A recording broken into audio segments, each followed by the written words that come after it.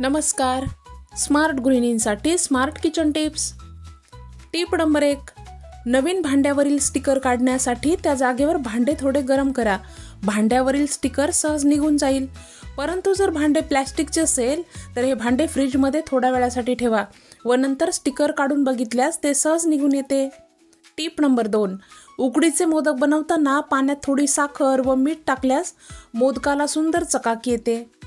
Tip number 3. नारळ फोडण्यापूर्वी 5 ते 10 मिनिटे फ्रीजमध्ये ठेवल्याने नारळ पटकन फुटतो. Tip number 4. पराठे बनवताना पराठ्याचे कणिक ताकामध्ये भिजवावे.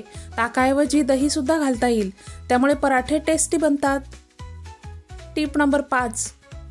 दह्यासाठी विरजण लावताना भांड्यात आतून तुरटी फिरवून घ्यावी. तुरटी भिजवून घ्यावी. असे केल्यास दही घट्टसर लागते. Tip number 6. कोशिंबीर बनवताना काकडी किसून घालावी, त्यामुळे काकडीला पाणी सुटत नाही. Tip number 7. गुळाचा चहा बनवताना चहा फाटू नये यासाठी चहा पावडर व आलं टाकून शेवटी गुळ घालावा व दूध टाकताना ते सुद्धा गरम करून त्यात घालावे, त्यामुळे चहा अजिबात फाटत नाही. Tip number 8. मुगाची खिचडी बनवताना मुगाची डाळ वापरण्याऐवजी अख्खे मूग मोड काढून वापरावे, त्यामुळेच खिचडी अधिक चवदार व पौष्टिक होते. Tip number 9. स्पेशल डिश बनवताना त्याची ग्रेव्ही आदल्याच दिवशी बनवून ठेवावी, त्यामुळे त्यात मसाले छान मुरतात व ग्रेव्ही मस्त टेस्टी होते. Tip number 10. शिजवलेली डाळ अथवा वरण उरले असल्यास पराठ्याच्या पिठात घालून मळून घेतल्यास पराठे टेस्टी व पौष्टिक होतात. Tip number 11. सुकामेवा चॉप करण्याआधी तो काही तास फ्रीजरमध्ये ठेवावा आणि काजू गरम पाण्याने धुवून घ्यावेत, त्यामुळे ते मऊ होतात व सहज कापता येतात. Tip number 12. तांदूळ व डाळी बोरिक पावडर लावून साठवाव्यात, त्यामुळे त्यांना कीड अजिबात लागत नाही. Tip number 13. चहाच्या भांड्याला डाग पडल्यास त्या भांड्याला मीठ लावून घासा. भांडे पटकन स्वच्छ होते. Tip number 14. साखरेचा पाक केल्यानंतर साखरेचे कण परत बनू नयेत यासाठी पाकात लिंबू पिळावे. Tip number 15.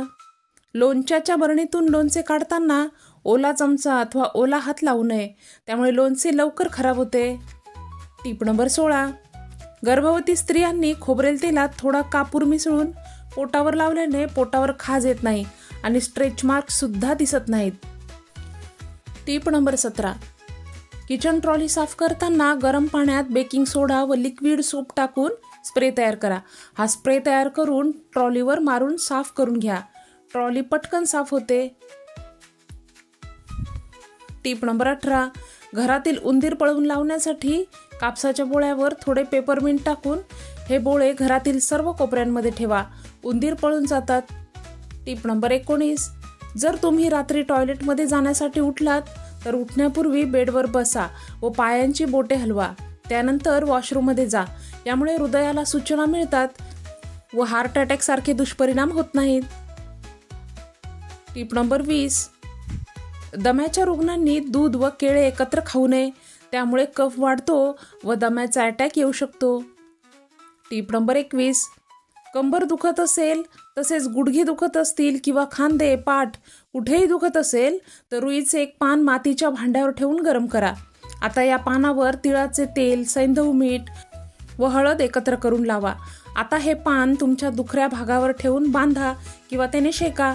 यामुळे तुमच्या लक्षात येईल की तुमच्या दुखत असलेल्या भागावर खूपच फरक पडलाय आणि सूजही कमी झाली. Tip number 22. थंडीत त्वचा कोरडी झाल्यामुळे केसात कोंडा होण्याचे प्रमाण जास्त वाढते.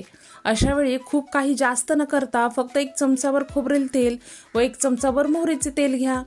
आता त्यात अर्धा चमचा लिंबाचा रस मिसळून चांगले एकजीव करा. हे मिश्रण केसांच्या मुळांशी लावल्यास केसातील कोंडा काही दिवसातच निघून जातो. Tip number 23. सांधेदुखी हा अतिशय किचकट आजार. थंडीच्या दिवसात तर सांधेदुखी खूपच जोर करते. सांधे अखडतात, हालचाल करणे सुद्धा अवघड होते.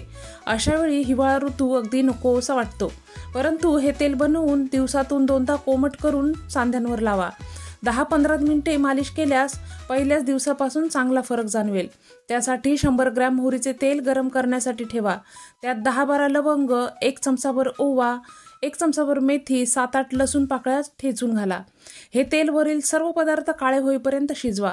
थंड झाल्यावर गाळून एका बाटलीत भरून ठेवा. Tip number 24. फुलझाडांना भरपूर कळ्या याव्यात व फुले मोठ्या आकाराची असावीत असे वाटत असेल तर चहा गळून झाल्यावर चहापत्ती फेकून न देता झाडांच्या मुळांशी होता. तसेच तुरटीचे पाणी 15 दिवसातून एकदा झाडांना घाला. त्याचबरोबर मोहरीची पेंड पाण्यात भिजवून ती सुद्धा या झाडांना आपण घालू शकतो. या सर्वांमुळे झाडांना पोषण मिळते व फुले जोमदार येतात. टीप नंबर 25. अकाली केस पांढरे होत असतील तर खोबरेल तेलात चमचाभर मेथी दाणे व 2 चमचे आवळा पावडर टाकून शिजवून घ्या. हे तेल केसांच्या मुळांशी लावल्यास केस पांढरे होत नाही व केस खूप गळत असतील तर ते सुद्धा बंद होते.